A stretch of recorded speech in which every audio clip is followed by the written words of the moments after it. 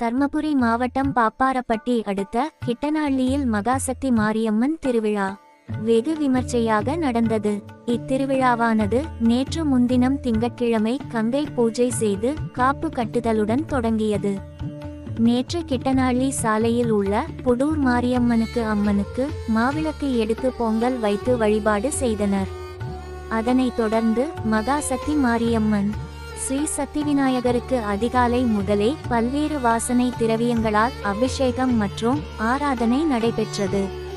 திருவிழாவையொட்டி பக்தர்கள் மாவிளக்கு, தீசட்டி எடுத்தும் அலகு குத்தி தீ மிதித்தும் காளி, சிவன், கருப்பு சாமி உள்ளிட்ட வேடங்கள் அணிந்து கிடா வெட்டி பொங்கலிட்டு தங்களது நேர்த்திக்கடனை செலுத்தினர்.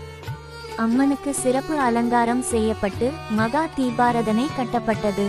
அதனைத் தொடர்ந்து அம்மன் சிறப்பு அலங்காரத்தில் பக்தர்களுக்கு அருள் பாலித்தார். இதில் திரளான பக்தர்கள் கலந்து கொண்டு